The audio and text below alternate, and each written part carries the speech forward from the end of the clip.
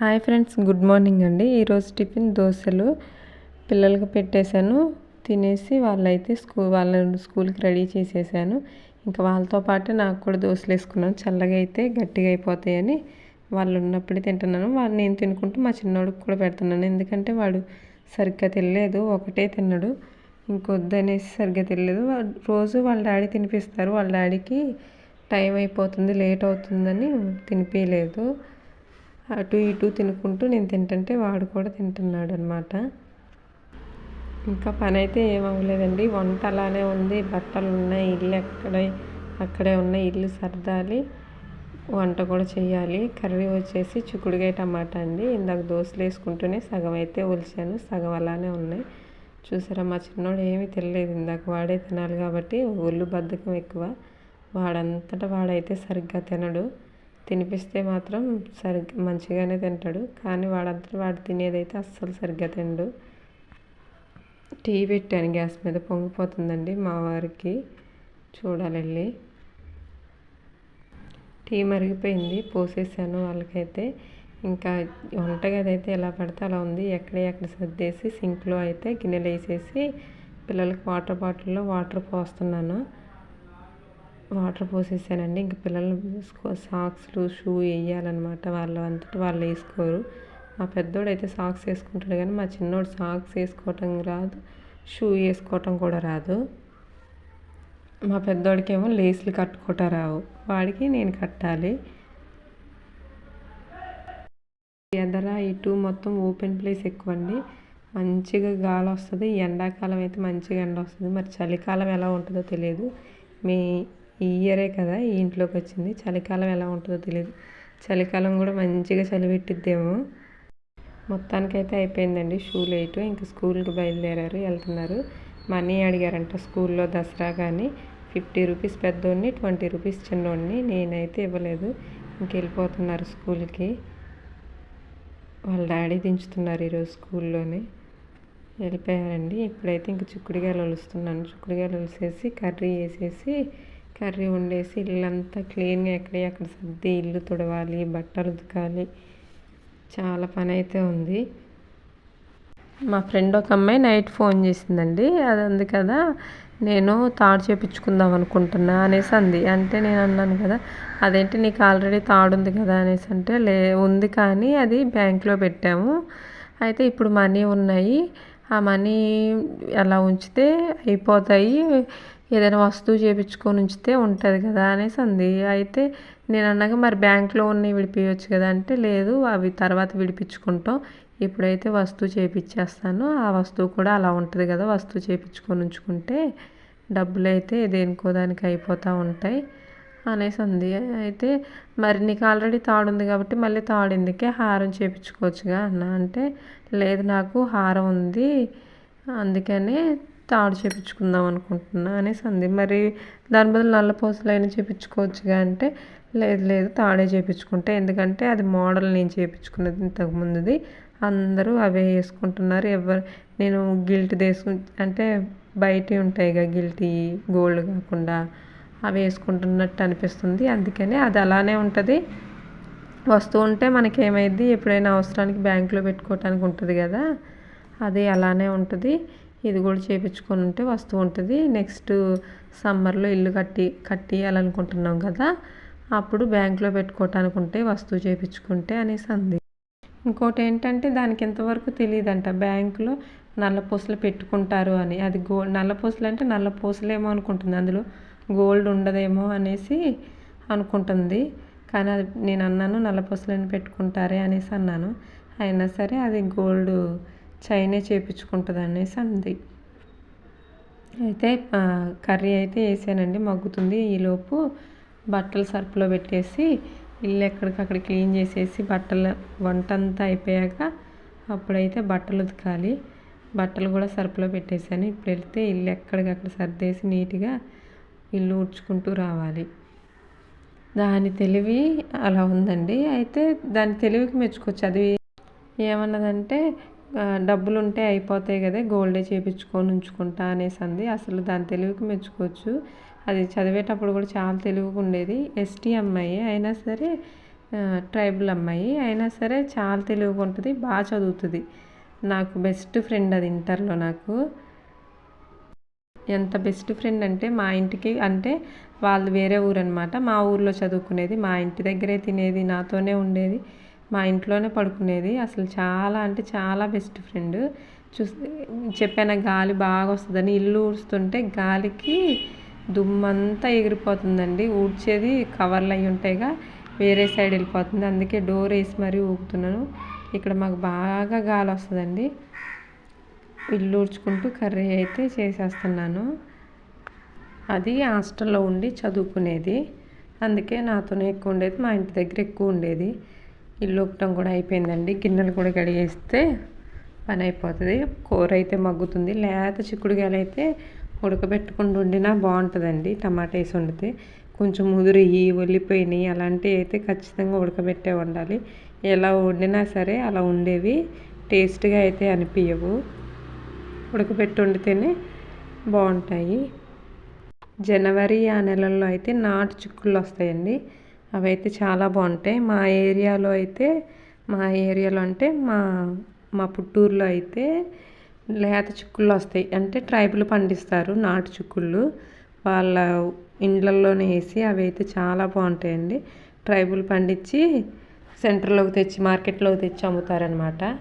చాలా టేస్ట్గా ఉంటాయి అవి అయితే. అప్పుడు చలికాలంలో ఆ టైంలో వచ్చే టమాటాలు కూడా గుజ్జు గుజ్జు వాటర్ వాటర్ ఉంటాయి. అవి కూడా చాలా బాగుంటాయి అవి వేసి వండితే. ఇప్పుడు టమాటాలు అయితే ఈ కాలంలో టమాటాలు అయితే గట్టిగా ఉంటాయండి, తొక్క కూడా మందంగా ఉంటాయి, అవి తొందరగా మగ్గవు. చలికాలంలో టమాటాలు అయితే బాగుంటాయి.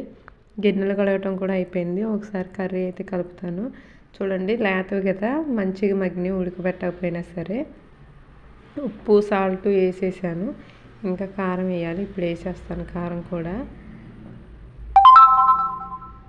కూడా వేసేసానండి. కలిపేసి కొంచెం సేపు మగ్గిస్తే కర్రీ అయితే అయిపోతుంది. ఇంకా బట్టల పని అయితే ఒకటి ఉంటుందండి, అదే అసలైన టాస్క్ అనమాట. కాసేపు మగ్గుతుంది. కారం వేసేసాను కదా, మూత పెట్టి ఉంచుతాను, కాసేపు మగ్గుతుంది. మగ్గిందండి, అయిపోవటానికి వచ్చింది. కర్రీ అయితే అయిపోవటానికి వచ్చింది. చూసారా, అడుగు పడుతున్నట్టుంది. లేతగా చిక్కుడుకాయలు అయితే ఇలా ఉంటుంది. అయిపోయిందండి. నేను ఉక్సులు కాజాలు వేస్తున్నానండి, అంటే నేను కుట్టిన బ్లౌజ్కి. అదే ఇంటికాడ ఉండే వాళ్ళైతే ఇలా బోటెక్లు ఉంటాయి కదా, బోటెక్ల దగ్గర బ్లౌజులు తీసుకొని ఉక్సులు కాజాలు వేసుకుంటే రోజుకి 150 అయినా, అంటే రోజుకి 15 బ్లౌజులైనా వేయొచ్చండి. ఎలా వేయాలో చూపిస్తాను చూడండి. ఇది కాజాల పట్టి అనమాట. మిడిల్లో ఫోల్డ్ చేసి మిడిల్లో ఒక మార్కింగ్ అయితే చేసుకోవాలి. మళ్ళీ మిడిల్ నుంచి మళ్ళీ మార్కింగ్ చేసుకోవాలన్నమాట. ఫోల్డ్ చేసి మళ్ళీ ఇటువైపు కూడా మిడిల్కి ఫోల్డ్ చేసి మళ్ళీ మార్కింగ్ చేసుకోవాలి. మొత్తం 5 ఉక్సులు 5 కాజాలన్నమాట. రోజుకి 15 బ్లౌజులు ఈజీగా వేయొచ్చండి.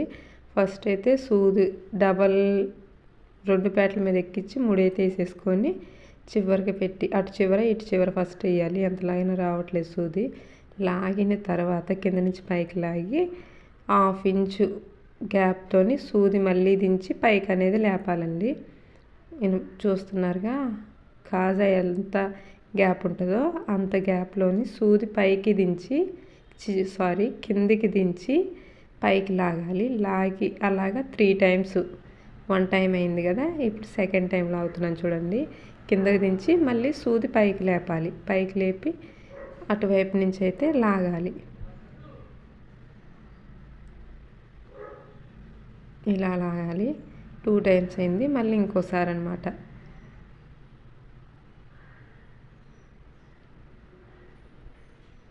మళ్ళీ కిందకి దించి మళ్ళీ ఆ దారం ఎక్కడైతే ఉందో అక్కడి నుంచే పైకి అనేది లాగాలి. లాగిన తర్వాత ఈ గ్యాప్ ఉంటుంది చూడండి, మనం 1/2 ఇంచ్ గ్యాప్తో వేసాం కదా, ఆ గ్యాప్లోకి సూదిని పోనిచ్చి దారం దాని పైకి లాగాలన్నమాట. అప్పుడు కాజాకి ముడి అనేది పడుతుంది. చూసారా, మళ్ళీ ఆ గ్యాప్లోకి పోనీయాలి. సూదిని పోనిచ్చి దారం దాని పైనుంచి వేసి లాగేయటమే.